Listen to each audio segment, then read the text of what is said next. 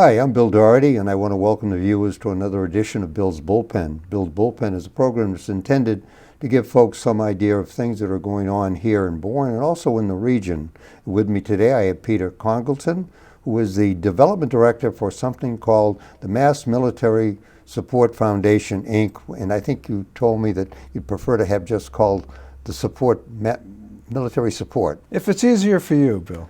Well, thank you, Peter, because sometimes as you age in place, you need all the help you can get. Peter, I want you to talk a little bit about why there is such a thing as your organization. Well, about 7 years ago, 2017, 6 years ago, Don Cox and some other wealthy veterans here in the area noticed that there were active duty military members known to be buying food on credit cards. And it sort of tipped them off to the fact that, gee, maybe it's not so easy to make a living as an enlisted person these days when you're stationed on an expensive area like Cape Cod. And so what he and his friends decided to do was to start providing food to those veterans and their families who were stationed here on the base, and make that food, and not just to active duty military, but to veterans as well, and address food insecurity among the military population. And that event, the first year they gave out 350,000 pounds of food, which if you divide that by in 8 ounces, that's still a lot of that's 150,000 meals. You're telling me that in an active military, is there any relationship to particular rank as far as the poverty level? Well, there is a proposed increase to military pay that's on the dockets in the Capitol, but it hasn't come. It's not even coming close to the floor, as far as I know. And even with that new pay grade, with the increase, every E4 with 4 years or more experience and below is below the national poverty line of 17,700. Now, is that with a family or without a family? That's just for that enlisted, the military member. Okay, now if they have a family, they may be eligible for a basic housing allowance or a basic allowance for subsistence, which is an extra amount for compensation for having to live off base. But the problem is that if they wanted to qualify for food stamps, that would count as income, and therefore it might put them up a higher level and knock them out of food stamp range. Now, as a veteran, I did receive a housing allowance at one point, and that housing allowance, at the time, only covered what I call a significant portion of what my actual rental costs were, because included in my cost were the housing, the electric bill, the gas bill, and all the other things that that go with living. So on Cape Cod, I have some familiarity with housing. I was on a housing authority for 25 years, and the median income that you need in order to survive on the Cape is something close to about $150,000 to $175,000 a year, because the housing costs here on the Cape are between a median value of between $400,000 and $500,000. I think it's now up because my recollection is that it's older. So where can you find affordable housing for veterans and this is Bourne, was it the Joint Base Cape Cod, right? That's the main military installation. Where can you find housing that they can afford? I don't know, and maybe not so much for active duty military, but for veterans of all stripes and ages, housing is a challenge just as it is for everybody. It's a challenge, even though there may be jobs available. How do you live on the Cape and make it on a small income? Well, recently I looked into the possibility of getting an apartment, and I was thinking about where would I live, based upon the fact that I'm on fixed income and and all the rest of it. And I think I ended up going to someplace like Dartmouth or New Bedford or Fall River or certainly not Duxbury, but like Kingston and some parts of Plymouth. So there were definitely no place on the Cape that what I would call decent living. I'm single. Okay, so what do these people do? How far away from the base do they have to live in order to, let's say, in order to survive? Well, that's a good question. I mean, how do you do it? The problem that we're trying to address is the fact that there are people who are food insecure, and that by giving them access to one of our empowerment centers, there's one on base and there's one in Sandwich, and we have another one out in Springfield. But by giving them access to the empowerment center, they can come in once a week and pick up 70 pounds worth of food. 70? 70 pounds. They told me 50. We upped it, Bill. Oh, good. So it's now 70. Because the when you buy when you get any juice, it's was it 8 pounds per gallon, and that sort of builds up, the Well, you can get more cereal than you can get juice, I imagine. Yeah. Well, I think isn't the whole idea is to avoid having a veteran eat cereal for a main meal by giving him access to what I would call food. Now let's talk a little bit about good food, good nutritious food. Because I know I'm familiar with the one in Sandwich. That's in the old Sandwich Police Station, which is next to the existing fire station right on 6A, and so it's not hard to find. I know that the food pantry in Bourne is sort of kind of kludgy because you have to sort of go in different streets and so forth, and so that it makes it kind of difficult. But let's talk about both the active duty personnel and the veterans. Let's talk about the active duty persons first. Why isn't there? They used to have a commissary that that would give you subsidized food if you're willing to get number 10 cans of tomato paste and things like that. Is that gone? Well, that's not gone, but that's a good resource for the active duty member who's on base, who needs to eat during the course of their working day. But for the families that are living probably far away from the base in the first place, they're subject to. I mean, you probably had something similar in your day. Well, you were single, but I left my wife with a 10-day-old baby in Norfolk as I headed out on a 6-month cruise. No, wait a minute. Let's be clear. When I was on active duty, we had 3 children. Okay. Okay. All right. So, and when I was let off active duty, my wife was pregnant. And we'd had the conversation about. I thought you were kidding about making this a career. Well, the thing that I was getting, the point that I was getting to there was that the military spouses who are living in these, whatever kind of housing they can, scrounge up or be able to afford, they're under the pressure of, gee, my spouse might get orders in the next year and a half or less to go someplace else. Needed the service of primary. So how do you find a job? Or if you have little kids, how do you get them into a good school and know that they're not going to have to be uprooted from their friends in a short period of time? And that's a tough life to for anybody to take on as a family. And anything that we can do as grateful citizens who are, we're living in our house, we have a job, and we're in a position that we can help these people. The way to do it is to help us give them the food that they need to be able to save money on their monthly costs. I mean, it's Maslow's hierarchy, food, warmth, and shelter. Mm-hmm. We take care of one of them with the food.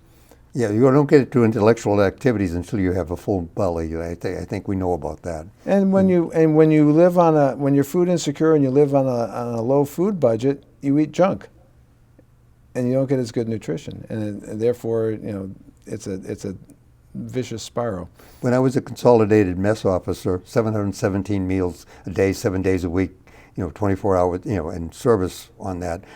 Nutrition was very important. However, it was heavy on carbohydrates because we expected people to be engaged in a lot of physical activity, when they're out there. It's not a healthy diet for someone who's sedentary, because I think today's military is more administration and management than it is what I'd call physical activities. And even so, even in the infantry, where you'd expect most of the physical activity to take place for the Army, they represent a percentage of what's the Army. The rest of the logistical tail. I mean, I don't think that has ever changed. And we ate okay on the ship, but it was the only restaurant in town. Oh yeah. Well, I always envy the Navy for that, because it was kind of ironic that they would be at sea, and I would remember many mornings waking up with a wet ass because I was in a puddle of water, because we were out on on some type of activity. But anyway, let's get back to what's the definition of the problem that we're facing, excuse me, and what are we doing about it? Well, we want to help veterans out there who are living on tight budgets, that we might be able to help ease that pressure, because food is costly, and to be able to give them access to the free food and clothing that we offer in our empowerment centers.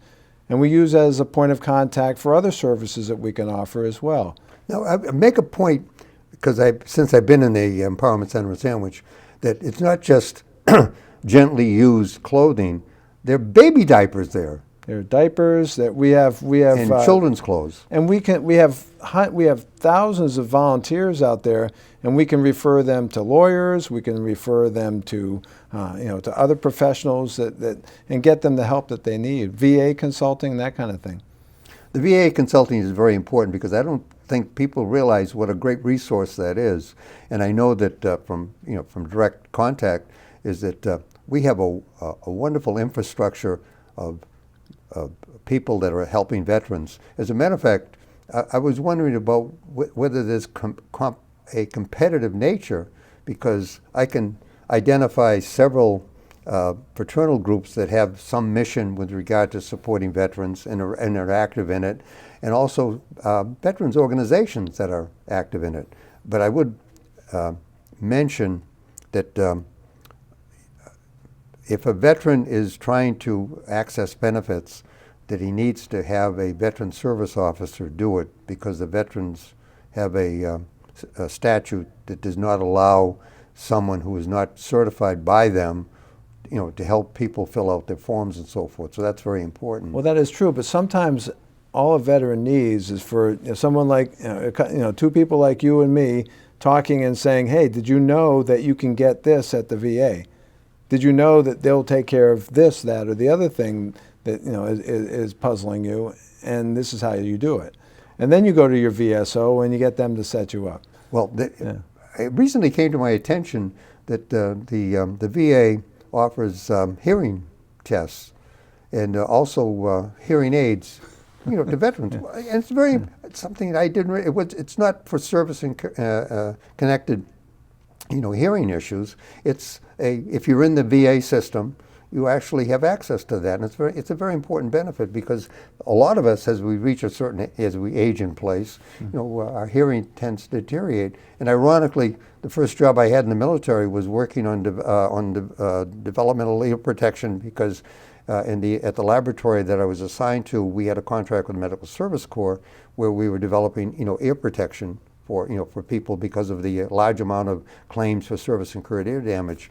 So it's kind of ironic that that the VA has come around to recognize how important it is to provide that particular support. Okay, let's talk a little bit about the kind of nutrition support that you get at one of these food empowerment centers, because I think that's very important. It's not just, let's say, whatever the supermarkets are getting rid of, but it's also produce. Well, I mean, we don't have green bananas, but we do have bananas. Oh yeah. And and unfortunately, we do have to throw some food away as a result of the main. We can't. We have a lot of food that's close to expiration, the sell-by date and the best use-by date and all those other dates are all sort of warning marks or warning track marks that I should be dead based upon having ignored that. When my wife was alive, that was the one thing that she was very concerned about. She had a religious fixation about the date. You had to throw it out. But as I recall, growing up, I remember my grandparents would get a case of eggs and put it in the cellar in a cage to keep it away from the rats. And they never refrigerated them, and they would last for a long time. And then it turns out that if you refrigerate eggs, you have to keep refrigerating them. But if you don't, they have a longer shelf life. But that's sort of an anecdotal thing. Well, we both have parents that grew up in the Depression, and they taught us to scrimp and save in certain ways that maybe that lesson hasn't passed down the generation below us. Well, we're suffering from affluence, okay, so we've lost a lot of our resilience, and the other piece is that we're well, that's not really our topic about tempora, mores, as far as that part of it goes. I think we do share something in our background. We both had that secondary school experience of having to have the classical education, Latin, Greek, and a language, So we tend to be a little bit supercilious about that stuff. But if you study the classics, you learn a lot about honor, and you learn about how charity is something which you shouldn't feel ashamed of if you are need it. If you need it, okay? And some people feel that it's a stigma to take it.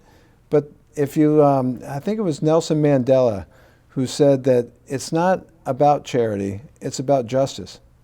And if you've served your country and you've come back and you're having a hard time transitioning into the civilian world, translating your skills and your vast experience that you've gained through the military and translating that into a civilian job, say where you have a new boss that doesn't really get it and doesn't understand what you've been through and what you've accomplished and what you've proven about yourself, that's a tough translation for a lot of people.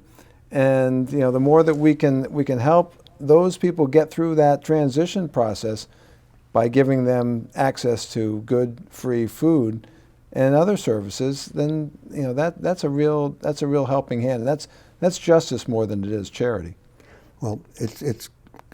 I know that they used to make cracks when I was on active duty about if the Army wanted you to have a wife, they would have issued you one. That's what the Navy told me. Yeah, and I do recall that one of the things that brings stability into anybody's life is to have a family, that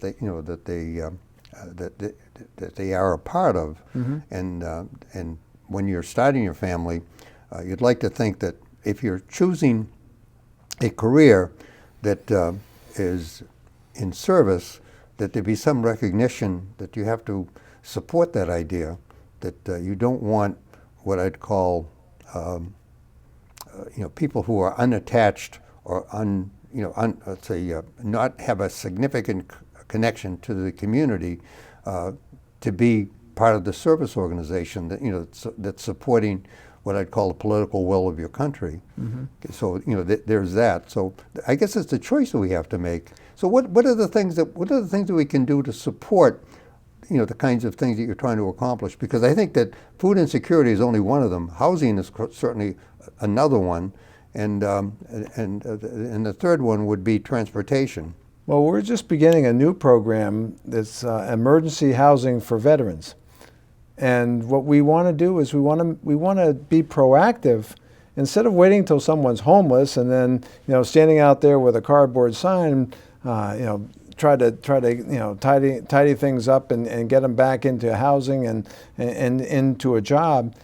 When you have those competing problems and challenges, it's really difficult to, one, if you don't have a home, to find a place to work, and if to be able to do the interviews and get dressed up and correspondence and all that kind of stuff, and you don't have a suitable, established, stable housing situation in which to do it, then you got some real difficulties. And so what we're trying to do is trying to get out there, and we're going to find people that are at risk of losing their homes. And before that happens, help them get into some kind of a stable housing arrangement, and then be able to give them guidance through a case manager to find a suitable employment opportunity so that they can then stabilize that housing situation even further. Now, in our particular instance, on the Cape, in here, in our community in Bourne, who would they contact to get that help? Well, they will contact us. And us is Don Cox, Pete Congleton, and Sarah and Brenda, and the other employees who work the staff at the Sandwich Empowerment Center. And we have other folks that work, Elizabeth Eslick and Mickey Wernis, and that we have. And I think you have personnel a phone number, and of course the phone number will be running underneath. What might want to wait till we get this up and fully running, though. I think, Bill, because we can give guidance now. We are currently doing that through a grant from the Department of Labor, but we're hoping to do it in a way that is more sensitive to the individual needs of each person. That is, each veteran who has a particular situation coming up that requires a stable housing and employment situation. And as you know, every single person has a different set of circumstances. I learned this very, very acutely when I volunteered at the Holyoke Veterans Treatment Center, and Veterans Treatment Court, rather. And what they do is they find, when a veteran gets convicted of certain crimes, they first do an evaluation. Because they're veterans, they do an evaluation to see if there's any underlying service-related issues that cause them to get into that kind of trouble. And if that's the case, then they refer them. They have this is a sort of a unique thing for the for the Holyoke area, but they refer those veterans to this treatment program at the Holyoke Veterans Treatment Court. The present district attorney ran on a platform where he was favoring this kind of a program. Have you followed up with Gablois? I was not familiar with that, but I think it's a wonderful program, and they assign mentors like me to go to court on every Wednesday with their mentors and the mentees. A mentor like me, mentees, and then give them a lifeline basically to to get through this. I think it's an 18 or 22 week program. Where they learn about how to conduct themselves and to refine their character in such a way that they can deal with the problems that they're facing. And well, I made all this context to give you the point that I saw people, veterans who were returning from maybe one or even two tours, Iraq, Afghanistan, who either couldn't live in a group or they couldn't live by themselves. I met one guy he said it saved his life that someone gave him a service dog, a veteran, a dog to be his companion. And he said just having that reason to get up every morning and do something for this animal was a lifesaver for him. And that's just the kind of thing that, and then there's other people that, living in a group situation, their PTSD or their other service-related issues cause them to be unable to deal with that anymore. The beginning segment of a film called Apocalypse Now has Martin Sheen go through this business about when he was home, he wanted to be back. When he was there, he wanted to be someplace else. He didn't know where he belonged anymore, and that's the first segment in that film. And I think it accurately describes what I've heard from other, veteran support people as to what the real issue is. Your sponsorship involvement is very important in that, and I hope that you do follow up with Gablois to find out whether or not he's instituting that program. I will. Here, because he did when he was running. Because I put that through him, and during the campaign. And during the campaign, it's like there's a lot of hand waving with regard to it. But I notice he's promoting his, let's say, his accomplishments. There was a program in the Barnstable court system called BAND, which was helping people who were drug abusers. But the past district attorney in the court system was not in favor of that particular program you're talking about, which was taking into account the affect of of military service on it. The VA is running a program right now out of Providence, a Zoom class where they are exploring the affect of an experience of veterans throughout different cultures, starting with ancient Greece all the way to the present day. And right now, they've been they're now in Afghanistan. No, actually, they're past Afghanistan. They're looking at Iraq and looking at a comparison of what we did to support in Iraq and what we didn't do to support in Iraq and what we gave into Afghanistan, and some of the what it called the mistakes that were made with regard to policy issues. But that's an attempt on the VA to try to help veterans get through this. And there are veterans who have been in combat who have spoken to their own personal experience on it. And it's certainly something that's available to all veterans, to get involved with and to participate in, because it is in Zoom. It is on Zoom, so there's that. But that's all part of some of the support that's needed.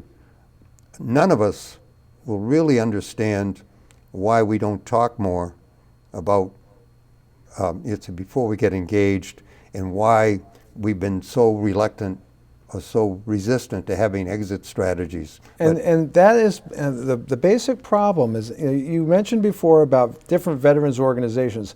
We're not competing. We're all trying to do the same thing. Okay, now we've gotten to the point, but we're almost at the end of this program. Yeah. So what would be the main takeaway you would want on that topic? The main takeaway is, don't let preconceptions and bias, conscious or unconscious, force you into a black and white, one thing or another opinion about what it is that veterans need.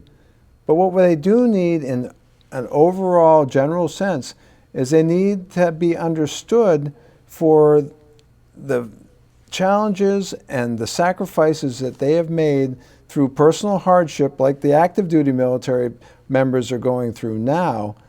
And when they go off and they do these difficult and challenging missions, come back, and they need some understanding that, yeah, you've been through something. Even if you didn't shoot bullets or have bullets shot at you, you've been through some very difficult situations, and you've done it for your country. And for that, we are all grateful. And if we can, if through this interview process, somebody listening to this says, "Gee, I should help them out." It's not just about helping a Mass Military Support Foundation. It's about helping any cause that helps the people that have served our country is worthwhile. If it fits in your wheelhouse, do it.